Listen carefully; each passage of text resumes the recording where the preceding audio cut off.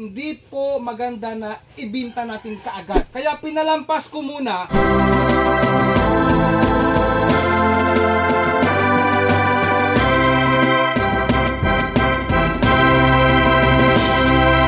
Dahil hindi ko po siya pwedeng i-dispose. Beginners, makinig kayo sa akin ha. Kasi hindi maganda na magkaroon tayo ng negatibong feedback from the viewers there. The reason why, kung bakit. Hi mga ka-farmers, magandang araw po sa ating lahat. Kumusta na po kayo guys? Welcome back po sa aking channel. For today's video guys, nais ko lang pong ibahagi sa inyo ang akin pong pagbigbigay or pagpapakain ngayon sa aking mother pig po ng finisher feeds po. So guys, kung ikaw po ay bago pa lang sa aking channel, kung hindi ka pa ho nakapag-subscribe, mag-subscribe ka na po and hit the bell ring for more upload. And then guys, magpapatuloy po tayo. So ngayon guys, mag-direct na po yun tayo sa ating topic dahil sa totoo lang guys, bumili muna ako ng finisher feeds dahil balak ko pong ibinta si mother pig. Yan po ang direct to the point na sagot ni Kuya Dodong Villaran. So dito guys, naghanda tayo ng or mag-ready tayo ng finisher feeds. Actually guys, binigyan ko na siya kanina ng 1 kilo. Kaso nga lang guys, si mother pig ko po ay malakas po siyang kumain ngayon ng feeds. Ito guys, maglalagay po tayo ng King's Vita Plus Animal Feed Supplement. So patuloy po si Dodong gumagamit ng King's Vita Plus Animal Feed Supplement para po patuloy ding malakas ang akin pong mga baboy sa akin pong pang pinobring baboyan. Sa kabila po ng lahat na nangyari kay mother pig ay thankful or still thankful po si Dodong Villaran sa kay Lord dahil po malakas pa rin po ang akin pong mother pig, no? Okay. So hindi ko na guys linisin ang kanyang pusungan kasi nga actually hindi naman panisisira kasi kanina kumain siya eh. Okay. Timing ko lang guys dahil siya po ay gusto nang kumain talaga. Lagyan natin ng tubig. Ayan. Alam niyo ba mga beginners, no? Pag ang ating mga baboy ay sobrang busog ay hinihingal din sila. Not only ang init, no? Yan. So ganyan lang po siya kumain, hindi po siya gaanong malakas kumain dahil 5 minutes ago or lumipas ang 5 minuto, siya po ay kumain na. Pero ngayon kasi guys, nagbigay ako ulit sa kanya ng half kilo finisher dahil nakita ko sa kanya, every time po na tumatayo siya, mula sa sahig po na siya po ay natutulog, nagpapahinga, nakadapa, every time na bumabangon siya, papunta sa kanyang kainan po ay, ibig sabihin, gusto niyang kumain. Yan po ang pagkaka-analyze ko sa aking baboy. Okay, so dito guys, ang atin pong status sa aking baboy inahin. Simula po na nakuna namin siya ng biik na kinuha namin, no? Nakita niyo naman po siguro ang video na yon. After 1 week, after 7 days, simula nung nakuhanan siya namin ng biik na hindi na humihinga, siya po ay naglandi. The reason why, kung bakit hindi po namin siya pinagdesisyonan na ini-ay namin siya, no? Ang rason po ay dahil nagbabalak po akong ibibinta po ang akin pong mother pig na ito. Ayan. Kuya Dodong, ano po ang mga rason mo? Bakit ka nagpasyang or bakit ka nagpaplano na ibibinta po ang iyong mother pig? Unang rason ko po, nagkaroon po tayo ng future blessing.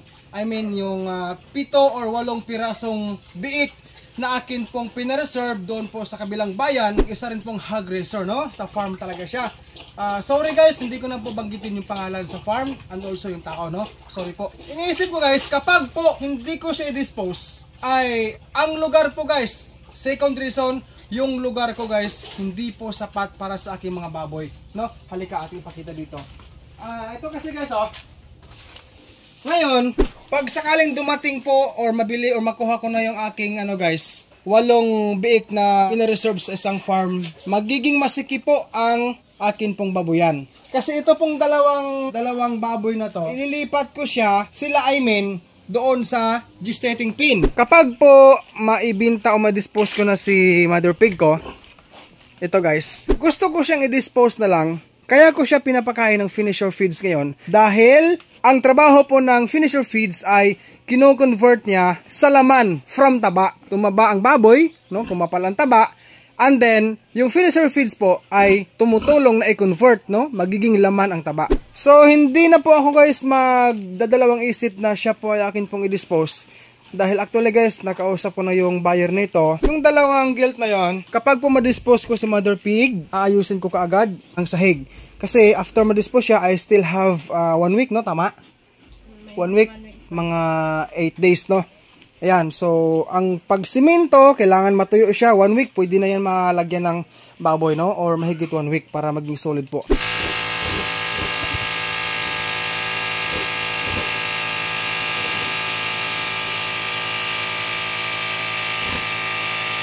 Okay, so guys, bago po tayo magtatapos sa video na ito, nais ko lang pong linawin guys ha. Sa totoo lang guys, kung meron lang po sana akong lugar or sapat na space po na baboyan, hindi ko po sana siya pagpasyahan na i-dispose or ibenta. Kaso nga lang guys, ang akin pong concern, yung baboyan ko, backyard lamang, hindi po siya malawak sa space. Kaya meron akong parating na 8 piglets na akin pong bibilhin. So doon po ilalagay sa kabilang area. Tapos guys, ang isa pong concern ko, kaya po nag-decide ako na this coming week ko siya ibibinta. Dahil hindi ko po siya pwedeng i-dispose. Beginners, makinig kayo sa akin ha. Hindi ko po pwedeng i-dispose kaagad noon si Mother Pig ko. Dahil po sa nangyari sa kanya na nagbigay kami ng antibiotic. Tandaan po natin beginners, no? Alam po ng mga eksperto ito. Kapag po tayo ay nagturok ng antibiotic sa ating mga baboy, magiging fatteners man yan, barako, inahin, basta baboy po, hindi po maganda na ibinta natin kaagad. Kailangan po yan, meron kasing tinatawag na withdrawal. Kuya Dudong, ilang days po ang withdrawal? Beginners, ang nakalagay po sa mga antibiotic na atin pong ginagamit sa mga baboy natin, like for example, sa akin po, nagbigay po kami ng antibiotic nito. Ang nakalagay po sa aming ginagamit ay 10 days ang withdrawal. Kaya pinalampas ko muna ang bisa ng antibiotic na nandyan po sa katawan ni Mother Pig. Yan po ang totoo guys ha, beginners. Kasi hindi maganda na magkaroon tayo ng negatibong feedback from the viewers there na si Dudong halimbawa nagbigay ng antibiotic tapos bininta kaagad. Tapos yung baboy halimbawa kinonsume ng mga consumer. So, not good po ang magiging effect or ang background natin, no? So, yun lang guys, aking mensahe para sa mga baguhan. Alam ko po na marami po ang mga expert dyan, mabuhay po kayo. And then, ang mga beginners po na hindi pa ho nakakaalam nito, sana po magising tayo na ang binabahagi ko po sa inyo ngayon ay yung tipong bisa ng antibiotic. I-double check po natin sa every medicine na atin pong ginagamit dyan, yung withdrawal po sa antibiotic. Kung di ako magkamali guys, 10 to 14 days po ang bisa ng or ang withdrawal ng antibiotic na aming ginagamit dito. So ngayon guys ay wala na, talagang expire na ang antibiotic sa kanyang katawan. Okay? Pero guys, salamat sa Lord dahil sa kabila po ng lahat, siya po ay patuloy pong masigla, no? Hindi po siya nagpapakita sa akin na siya po ay matamlay, no? Talagang parang normal lamang po siya, guys. Shout out po ginakabayang Fillmore Torot Jr. watching from Pagadian City, kay May Trayo watching from Igig, Cagayan Valley, kay Divine Grace Tagalugon watching from Ipil, Zamboanga, Sibugay Province, Adelaida Lopez, Agri Farming TV, Karamay Ed TV at sa inyong lahat viewers. Shout out po sa inyo. Gusto ko pong pasalamatan kayong lahat viewers sa pagsama nyo sa akin sa road ng akin pong Mother Pig na ito simula pa man noon hanggang ngayon.